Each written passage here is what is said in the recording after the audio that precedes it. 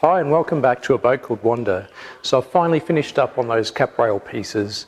The last one to do was that cap rail that covered that midship cleat, and I finished that up yesterday. It took a day to do both of those pieces. So I've decided to put that away for the moment, and as you can see here, I've got all of my pieces laid up. I've put them away safely on this table. I'll just keep them to side for one moment until I can come back and finish them off. So I had a good clean up here. I got rid of about 2 bags worth of wood shavings. I've packed everything up. That's the router table there. These are all my cap rail pieces which I've covered over because I'm going to start making some more dust again whilst I work on the deck. So I can go back to working on the deck now. I've got the surveyor coming later today, which will be good, and I'll try and get some footage of that.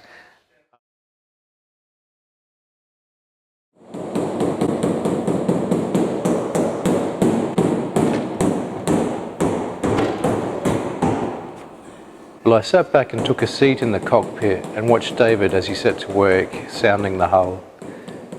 He was spending a lot of time on the foredeck, and I could see that using all of his weight he could actually move the deck a little bit up and down.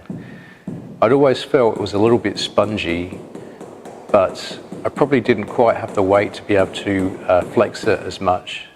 But sitting back and watching David do it, I could clearly see that the deck indeed was flexing quite significantly, and that uneasy feeling of a spongy deck under my feet was becoming very real. I wasn't looking forward to hearing the results. After some time, David started to wear a look of concern on his face, and I was beginning to feel very uncomfortable with what he might tell me.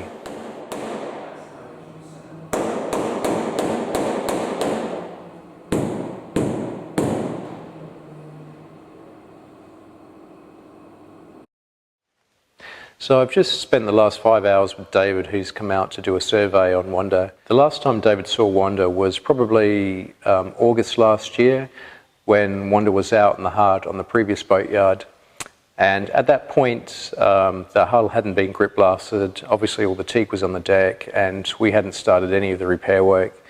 So this was a chance for him to come around and do an assessment of all the interior structural repairs that we've done, the topside work beneath the waterline, and of course having a good look at the deck, which is good because he can sign off on some of the repairs, which means I can get that included in my insurance now. So as I proceed with the repairs, then the value of the boat will sort of increase, and I can make sure that that's covered in my insurance, just in case something should happen to Wanda whilst I'm waiting. So the bottom line is, it's kind of bad news, of course. Particularly with the foredeck, which, you know, I could see by him putting his full weight into it was quite spongy. Now, he's advised me that he doesn't believe taking the skin off and putting new core in will be a easy or most effective solution, because he says in order for it to work really well, I need to take the entire skin off. The problem with taking the entire skin off and taking out the entire core is 2 things. First of all, the lower skin will probably sag a little bit, so I'd need to get underneath and prop everything up. And the second problem is that you just lose all of the reference to the curvature of the deck, and I'd end up with a fairly uneven deck, and that would need a lot of fairing to be done afterwards. So as an alternative, what he's suggested as a fix to that sponginess is to follow an approach which he calls tagging. Now, tagging the deck means basically joining the top skin and the lower skin. So basically the sandwich construction means that you've got a layer of fiberglass here, you've got foam in the middle, and you've got a layer of fiberglass here. Once the bonding to the foam starts to break down, or in fact even if the foam just becomes a little bit soft, then it'll allow the shear forces to move a little bit this way. So as that happens, then the deck sags. So you've got a concave deck with top and bottom skin moving this way and it dropping down. So that's the sponginess. So basically tagging the deck by joining the top and the bottom skin creates a rigidity and prevents those shear forces from moving that way. So that's a theory. Now, I'll tell you more about that next week, because for this week, all I can really do is get on with more deck preparation, because I'll probably spend the next 2 to 3 days just taking all of the gel coat off the entire deck so I can start the preparations to tag it. I'll use the belt sander because I want to minimize the dust. As you can see, I've got a new neighbor over here, which is beautifully wrapped up. I feel like I should put a big red ribbon on the cockpit there. Okay, the second thing that David found, which I kind of wasn't asking him to do, but he insisted on checking this, was issues with the rudder, which I'd spent some time looking at before, and I'd actually done some video before, but I'd not had a chance to present it. But essentially, there's always been something a little bit dodgy about the rudder. Telltale signals are this sort of gap here that increases as we go down.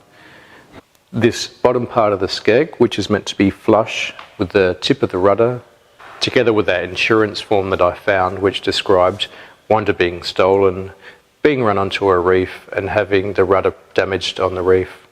So David thought there might have been some dezinkification with the nut on the top part of this rudder stock.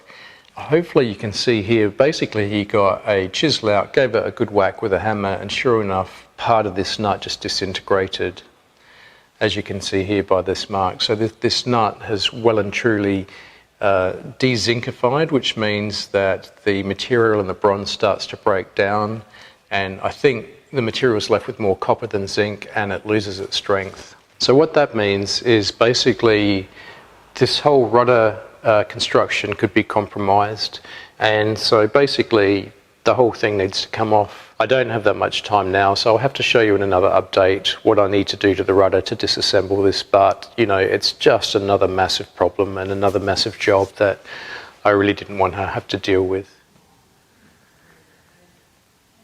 Well, what we're looking at here is a dripping tap, and videoing the last 2 days of me sanding the deck is probably slightly less boring than watching this. Therefore, I won't show you any of that. So let's fast forward for 2 days, where I've spent the last probably a good 16 or 17 hours doing all this deck. So here's what it looks like now. As I mentioned before, I used the belt sander. I ended up using 80 grit for this, which was the best combination because the 40 grit was just building up way too much heat, and then I was burning through a lot of discs, or a lot of sanding rolls. So as you can see here, what I've uncovered by pulling off all the gel coat is this series of cracks, and these black, well, they're lines that go through the laminate, and they sort of correspond to where the cracks were in the gel coat, where the cracks were the thickest. So now, given that I've got all these marks and discoloration of the laminate around this part of the deck that's really spongy, I do actually think I'm going to end up cutting all this deck off now and relaminating it, just because I don't like the looks of this.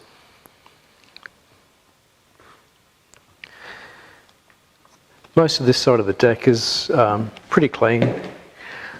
I'll start cutting out the area for the Genoa track wood now.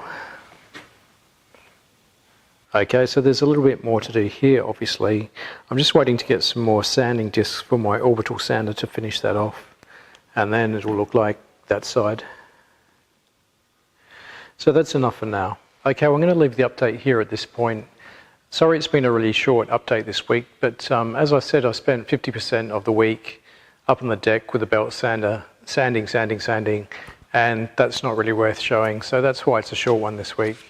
So hopefully next update I'll be able to make a start to the tagging and start to fill in some of those voids with some foam. I've been thinking about how I'm going to do this, and I've decided a couple of things. First of all, I'm going to shore up the underneath of the deck, and I'm going to take the entire foredeck off, maybe in 2 pieces. And then I'm going to tie or tag the upper deck to lower deck in a couple of places along the starboard side deck where there's a bit of sponginess, but basically the laminate looks okay. The second thing I've decided is I'm going to use polyester resin all the way. I was thinking of using epoxy to bed down the core, and then thickened epoxy to seal in the core. But then you've got the issue with trying to get polyester resin on top of that for the fiberglass matting layers. So to avoid that problem, I'm just going to do everything in polyester. So next week, hopefully I would have done a little bit of the deck core work and I can show you that. Thanks for watching, and also thanks very much for all the comments and likes from last update. Really appreciate all the comments. It's good to get other people's ideas, so please feel free to speak up if you've got any suggestions or if you see me doing anything that just looks stupid. All right, and I'll see you next week. Cheers.